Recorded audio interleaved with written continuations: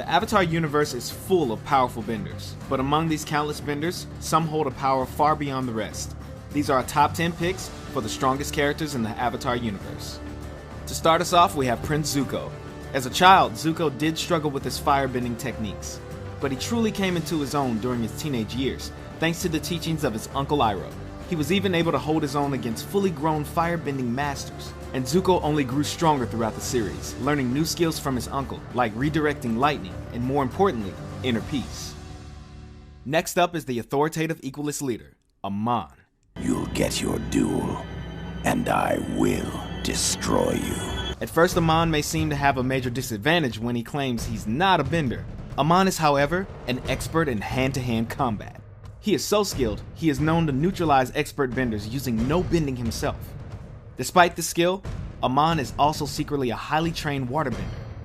The few times we see him waterbend, he uses rather advanced techniques, but his strongest skill of all is the rare yet powerful waterbending technique, bloodbending. That's right, Amon can take full control over his enemies, and he can even do it without a full moon, something that was never even believed to be possible before Amon's family perfected the terrifying technique. Next on our list is the tyrannical leader himself, Fire Lord Ozai. For the majority of the series, he remained more of an ominous mystery, a looming threat whose power came more from the fear of the unknown than his actual abilities. But when we finally did get to see Ozai in action, he proved that his power came from much more than fear. The Fire Lord had an intense and wild style of firebending, fueled by anger and hate. While he did harness the power of Sozin's Comet to give his bending an extra boost, it is clear that comet or no comet, Ozai is a force to be reckoned with. Up next is everyone's favorite airbending teacher, Tenzin. Although Tenzin is a known pacifist and prefers to avoid a fight whenever possible, he has proven to be a potent example of airbending prowess. The burden of passing on thousands of years of airbending knowledge has driven Tenzin to honing his skill as an airbender to a high level of mastery. I will never let you get to Korra. Unfortunately, you don't have a choice. Yes, I do. He is able to hold his own against numerous highly trained equalists and their mechanical weaponry. He arguably got the better of the infamous Zahir, keeping the villain on the defense and demonstrating his bending superiority, before losing due to a little more than some bad luck.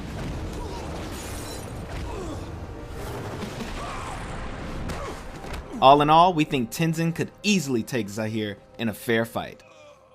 Strength seems to run in the family because our next entry is Tenzin's mother, Katara.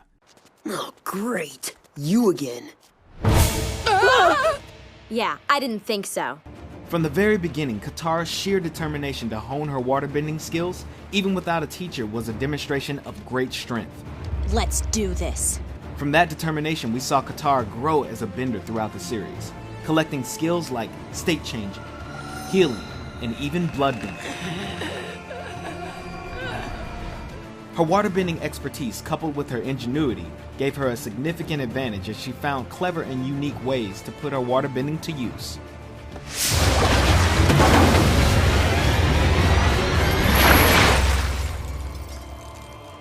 Although Azula is only 14 years old, she is regarded as one of the most fearsome firebenders of her time. After mastering the basics of firebending at a very young age, her flames held such an intense heat that they developed a signature blue color.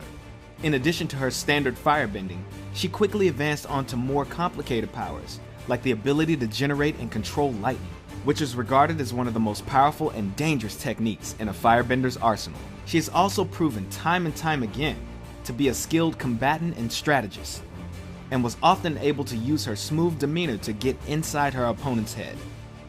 Azula's cold and relentless personality added to her immense physical power that made her a fierce leader, as well as a frighteningly dangerous foe to any who would dare cross her.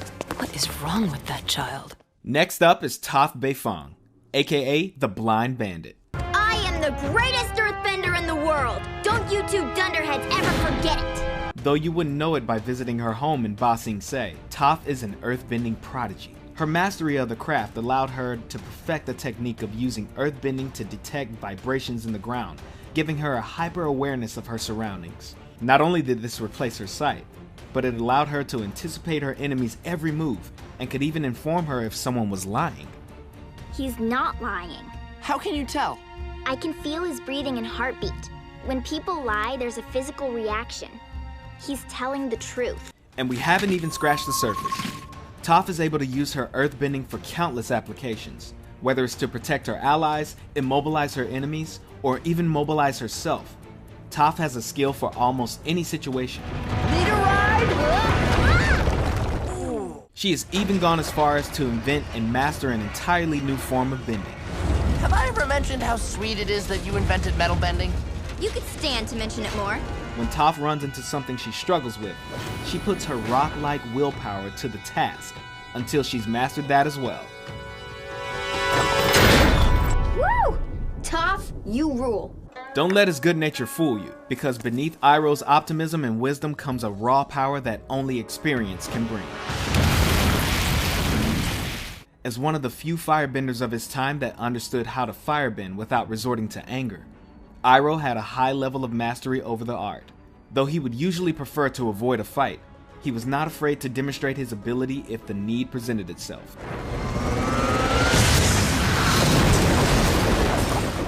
In addition to his skill in firebending, he was also knowledgeable in the other forms of bending, and even went as far as incorporating techniques he learned from waterbenders.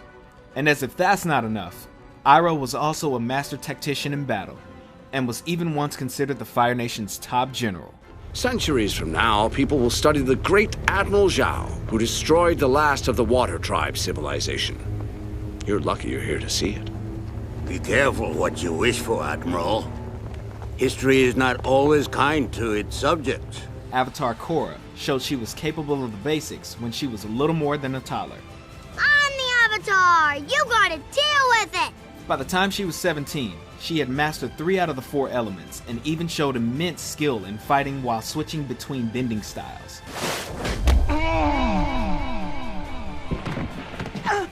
Chump. Water, fire, and earthbending came to her as naturally as breathing, as she pulled off advanced techniques with little hesitation. While she initially struggled with airbending, she eventually proved she could master that as well, and even fight using only airbending when needed. Punch, punch, punch! See? Mastered. Her grasp over the physical aspect of bending was so strong that she was able to use it to take down some of the most powerful forces in the world. With Katara as her teacher, she was also able to master the technique of healing, and through Unalaq she learned to bend the spirits, only adding to her status of one of the most powerful benders that the world has ever seen. Go in peace. Finally, we have the last airbender himself, Avatar Aang. Before Aang even knew he was the Avatar, he was an airbending prodigy, reaching the rank of master by the young age of 12, making him the youngest airbending master in history. Aang's real test would be in his mission to end the 100-Year War and bring peace to the world. And that's where he would demonstrate his true power. When Aang began his journey, he only knew how to airbend, and had less than a year to learn and master the other 3 elements. While he was playful and often lighthearted, he proved to be a determined student when he focused his efforts, and became proficient in waterbending, earthbending, and firebending in record time. While he did gain a high level of expertise in the physical aspect of bending, it is in the spiritual aspect where he really excelled. Thanks to his training from the Air Nomad monks, Aang demonstrated a calmness of mind and a level of wisdom far beyond his years. This spiritual strength was only amplified after Aang's training with Guru Pratik and learned to unlock his 7 chakras. Aang was even able to learn an entirely new form of bending, energy bending.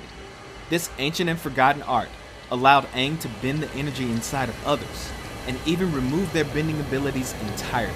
Aang's physical and spiritual power, as well as his own unbendable spirit, were what ultimately allowed him to take down the Fire Lord and end the 100-Year War.